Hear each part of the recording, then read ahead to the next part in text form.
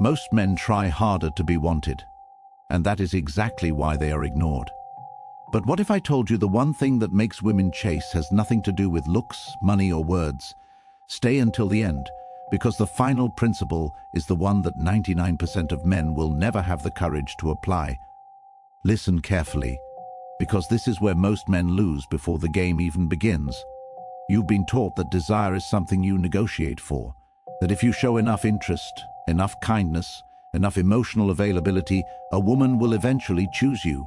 This belief sounds harmless, it even sounds moral, but it's a trap, a surrender of power disguised as virtue. Desire does not respond to effort, it responds to position. The moment a man needs a woman to validate him, to complete him, to confirm his worth, he has already placed himself beneath her psychologically. Not because she is cruel, not because she is manipulative, but because human nature instinctively follows strength, and strength is never dependent. A man who needs attention leaks desperation, even when he tries to hide it. It shows how quickly he replies, in how much he explains himself, in how afraid he is of silence, in how he tolerates behavior that quietly erodes his self-respect just to keep a connection alive. This is the uncomfortable truth you need to hear right now. When you seek approval, you announce that you do not approve of yourself yet, and no one chases what is unsure of its own value. If you've ever felt invisible despite trying your hardest, comment control below, because what I'm about to show you will reverse everything you thought you knew about attraction. And it starts with understanding the first law: need is weakness, not metaphorically, literally. Machiavelli warned us that power is lost the moment you rely on the mercy of others. Attraction works the same way. The modern man has been programmed to believe that showing interest is honesty, expressing feelings is courage, that pursuing someone is proof of desire. But here's what they don't tell you. The moment you need someone, you give them control over your emotional state. And the moment someone controls your emotional state, you become powerless. Women do not chase men who revolve around them. They chase men who are rooted in themselves. This is not a preference. This is biology. This is psychology. This is thousands of years of evolution signaling one simple truth. Completeness is power, and power is magnetic. When a man stops trying to impress, he starts to stand out. When he stops performing, he starts to be perceived as real. When he stops asking silently, "Am I enough?" something shifts in the dynamic.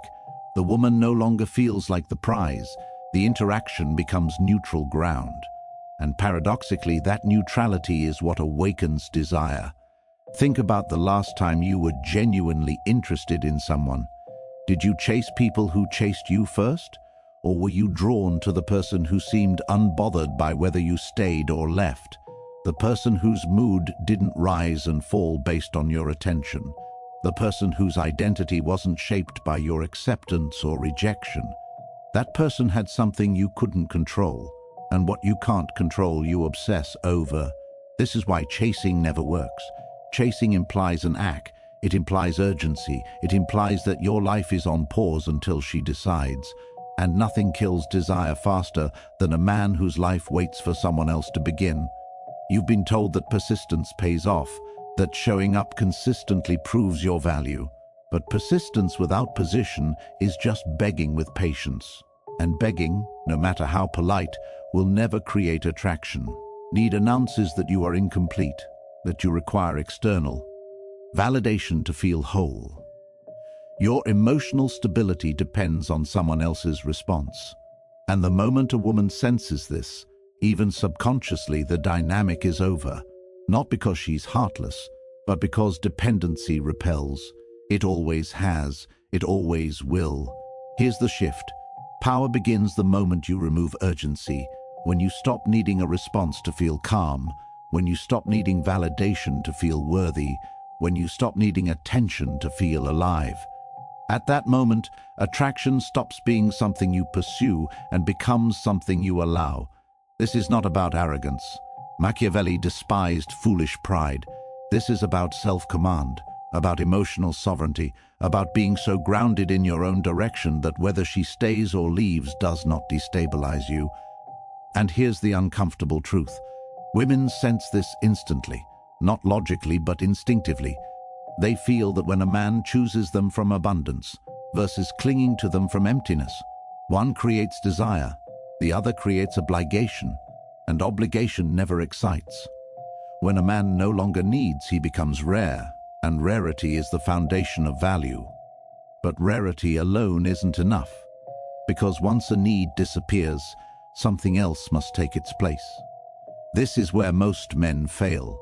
They eliminate the need but remain too available, too accessible, too predictable. And predictability is the silent killer of attraction. This brings us to the next truth. Power attracts, but not the kind of power you think. Not money, not status, not physical dominance. The power that attracts is internal. It's the quiet certainty of a man who knows where he is going and does not require permission to go there. It's purpose, and purpose is the silent signal women respond to. Not loud confidence, not rehearsed dominance, but the calm certainty of a man whose life has direction. Machiavelli understood that those who appear desperate for favor often command the most loyalty, because they are not driven by fear of loss. They are driven by mission, and my mission creates a gravitational pull. When a man has purpose, his attention becomes selective, his time becomes valuable, his presence becomes a gift, not a given. And women feel this shift, immediately think about the men and women who actually pursue, not the men they settle for, not the men they tolerate, the men they chase. These men share one quality. They are unavailable emotionally, not because they play games, but because their lives are full. Their emotional center of gravity is internal. Their mood does not fluctuate based on texts received or attention withheld. They are complete with or without applause. That completeness is what makes them magnetic, because completeness signals abundance, and abundance signals options, and the options signal value. This is the psychological mechanism most men never understand. They think showing interest proves value, but showing too much interest proves scarcity, and scarcity in men, ironically, destroys attraction. Women are not drawn to men who make them the center of their universe. They are drawn to men whose universe is so full that she has to earn a place within it. This is why men who don't care often attract more, not because they are careless, but their emotional state is not dependent on the outcome. They engage without expectation. They invest without desperation. They pursue without attachment. And this detachment creates space. Space for desire to grow, space for her to wonder, space for pursuit to begin. When you operate from power, you stop asking for permission. You stop seeking approval. You stop waiting for signals. You move through the world with quiet authority. And authority, when genuine, is intoxicating, because authority implies that you have been tested and have remained unshaken, that you have been rejected and have remained whole, that you have been alone and have remained content. Women do not test men to be cruel. They test men to find strength, to find stability, to find someone whose emotional foundation is solid enough to trust. And the only way to pass these tests is not to need to pass them, to be so rooted in your own value that her validation becomes irrelevant. This is the paradox of attraction. The less you need it, the more you receive it. The less you chase it, the more it follows. But power without boundaries is just potential, and potential without enforcement is invisible. This is where the third principle becomes critical, because power attracts, but scarcity creates value, and value is what transforms attraction into obsession. Scarcity is not absence, it is control. Most men misunderstand this completely. They believe being scarce means disappearing, playing games, acting cold. That's amateur thinking. True scarcity is not a tactic you perform. It is a consequence of a life that does not revolve around being chosen. When your time is always available, your presence loses weight. When your attention is freely given, it becomes invisible.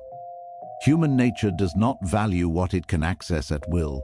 It values what must be earned, what can be lost, and what does not beg to stay. This is where obsession is born. Scarcity works because it activates uncertainty, and uncertainty forces the mind to fill in gaps. The more predictable a man is, the less space there is for desire to grow. But when your availability is limited, not announced, not explained, something uncomfortable happens in her mind. She begins to wonder, where is he? What is he doing? Why isn't he chasing? And that wonder becomes curiosity. Curiosity becomes concern. Concern becomes pursuit. Machiavelli understood that people fear losing access to power more than they desire gaining comfort. When a woman senses that your life continues with or without her, her position shifts. She is no longer evaluating you from above. She is subconsciously trying to secure her place within your world. This is why scarcity must be natural. You do not say you are busy. You are busy. You do not reduce communication to provoke a reaction. You reduce it because your focus is elsewhere. You do not withdraw to punish. You withdraw because your attention is valuable.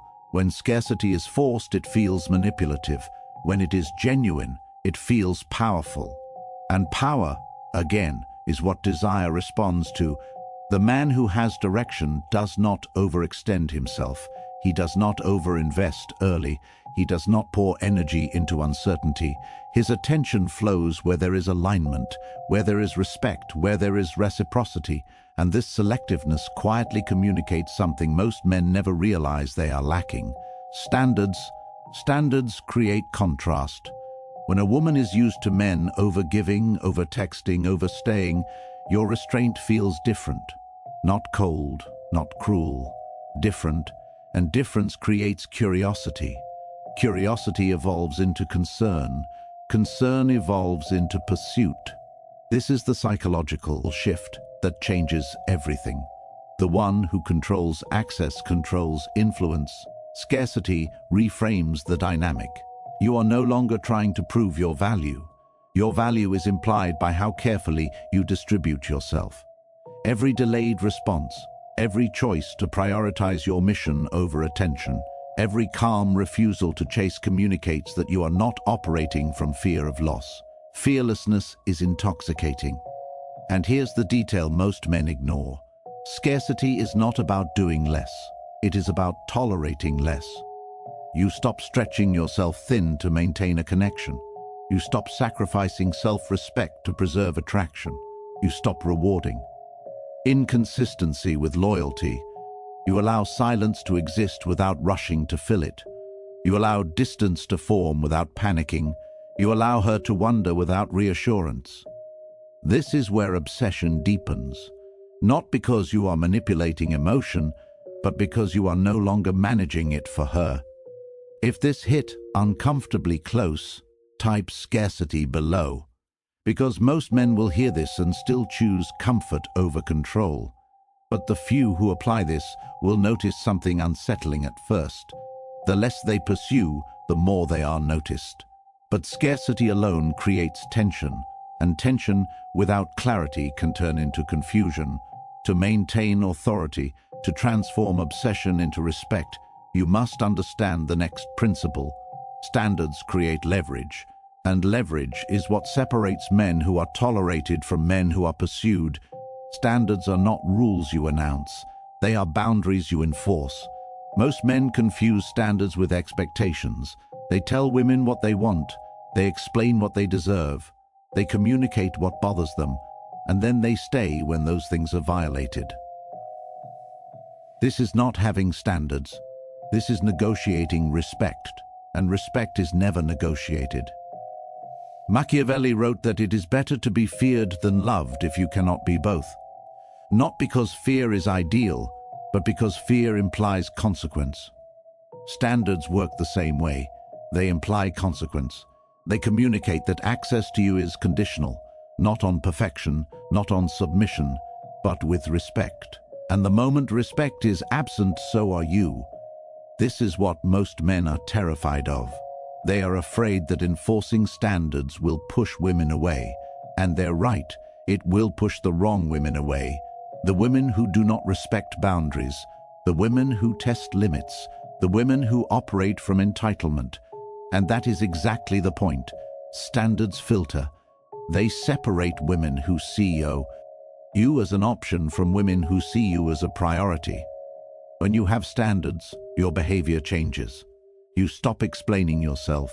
You stop tolerating disrespect. You stop accepting inconsistency. You stop waiting for change that never comes. And this shift is felt immediately. Because most men do not enforce standards. Most men stay and negotiate, stay and explain, stay and hope. And that staying, that patience without consequence, teaches one lesson: that you can be disrespected without repercussion. Standards backed by action are undeniable. Words can be ignored, warnings can be tested.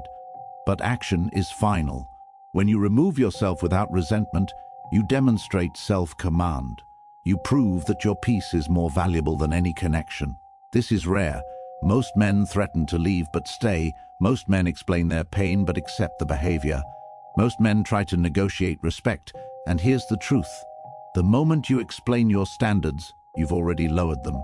Because standards do not require justification. They simply are.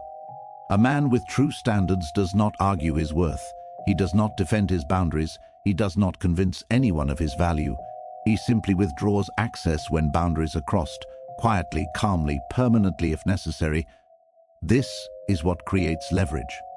Because leverage is the gap between what someone has and what they could lose.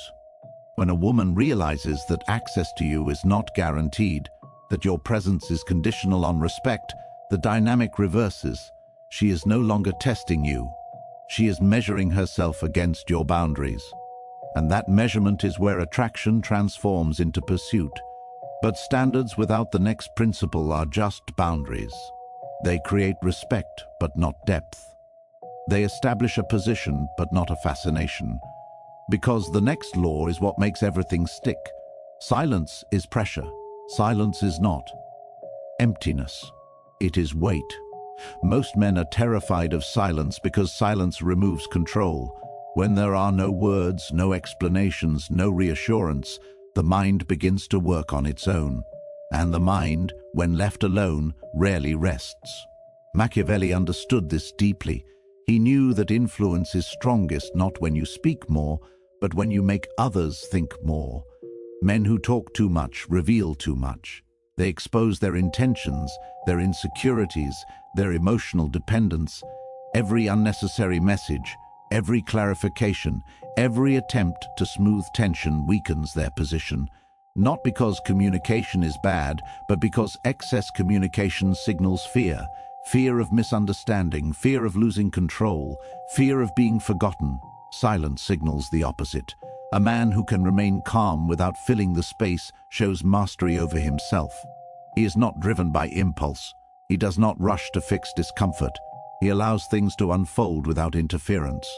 This composure creates authority, because authority is rooted in restraint. When you stop narrating your intentions, your presence becomes ambiguous. Ambiguity is powerful. It invites interpretation, and interpretation is where attraction deepens. Machiavelli wrote that men judge more by appearances than by truth. Silence allows appearance to be shaped by imagination, and imagination, unchecked, almost always magnifies value. The fewer words you use, the more weight each one carries. The less you explain, the more significance is assigned to your actions. This is why silence unsettles. It removes predictability, and predictability is the enemy of desire. Most men try to win attraction by being understood.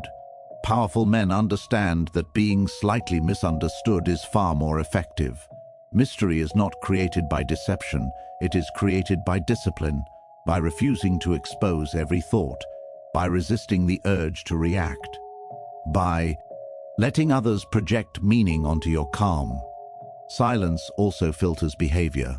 When you stop talking, you stop negotiating, you stop pleading, you stop over-justifying. Disrespect becomes obvious because you are no longer softening it with words. Mixed signals become clearer because you are no longer rationalizing them. Silence forces reality to reveal itself, and reality, when undistorted by explanation, is brutally honest. Machiavelli believed that strength lies in letting others show their hand first. Silence does exactly that. When you do not rush to respond, people reveal their intentions. They reveal their patience. They reveal their respect or lack of it. This is where power consolidates. A man who speaks less listens more, and the man who listens more sees patterns others miss. He notices who leans in when he pulls back. He notices who becomes anxious when he becomes quiet. He notices who only valued when his attention is scarce. Silence becomes a mirror, and in that mirror, desire either deepens or collapses. Women are not attracted to men who perform emotionally. They are drawn to men whose emotional state is stable, regardless of circumstance. Silence communicates that stability. It says, I am not shaken, I am not chasing, I am not seeking reassurance. This creates emotional gravity.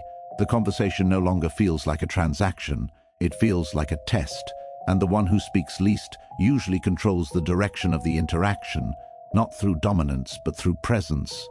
But silence alone is not enough, because if silence is not supported by action, it becomes emptiness. And if it is not reinforced by boundaries, it becomes passivity. Silence must be backed by a willingness to act decisively when respect is threatened. Otherwise, it loses its authority. This is where most men fail. They stay quiet, but they stay. They endure disrespect in silence. King restraint alone is power. That is weakness disguised as patience. True silence has teeth. It is paired with the courage to withdraw without explanation, to remove access without drama, to leave without needing closure. And that courage leads directly into the most powerful principle of all. Walking away is not a loss, it is leverage. Most men believe power is proven by how much they can endure. They tolerate disrespect, inconsistency, emotional imbalance, because they fear that leaving means failure. But here's what Machiavelli would see clearly. The man who cannot walk away has already surrendered his authority, not because he stayed, but because he stayed against his own judgment. Anger is not strength. Anger is exposure. When a man reacts emotionally to disrespect, he reveals dependence. He shows that the other person has access to his inner stability, and the moment someone can disturb your emotional state, they possess power over you. Machiavelli warned that the most dangerous position is allowing others to control your reactions.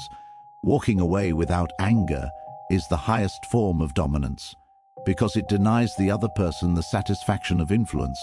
No explanations, no speeches, no attempts to be understood, just absence. Absence is terrifying when it is calm.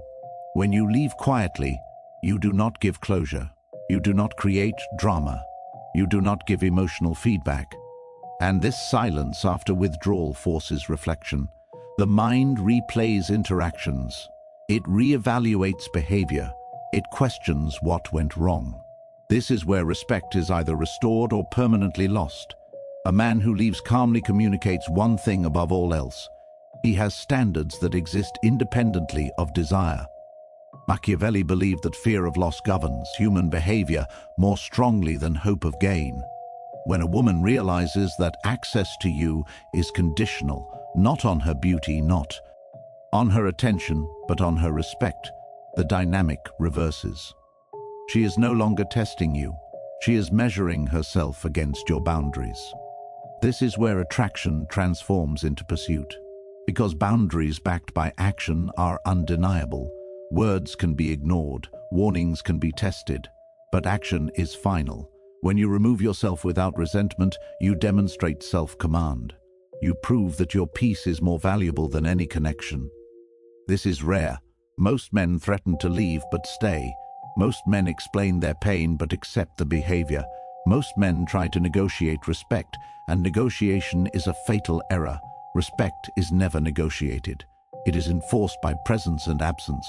Walking away without anger also preserves dignity. You do not burn bridges emotionally. You do not create enemies. You simply remove yourself from a situation that no longer serves your position. This restraint makes you unforgettable, because nothing lingers longer than a man who could have reacted but chose composure instead. This is where women chase. Not because they lost you, but because they lost control over the dynamic. A man who can walk away calmly signals abundance. He signals that his life continues forward. He signals that he is not trapped by desire, and desire bows to those who are not enslaved by it. Machiavelli understood that the strongest rulers were not those who punished loudly, but those who withdrew favor silently.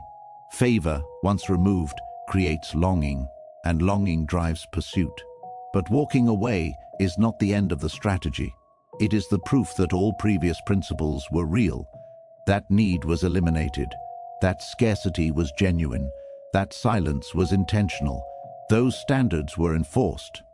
And when all of these align, the man no longer needs to chase at all, because the dynamic has fully reversed, desire has shifted direction, and what once felt unreachable begins to move toward him, without being called back, without being asked, without being forced.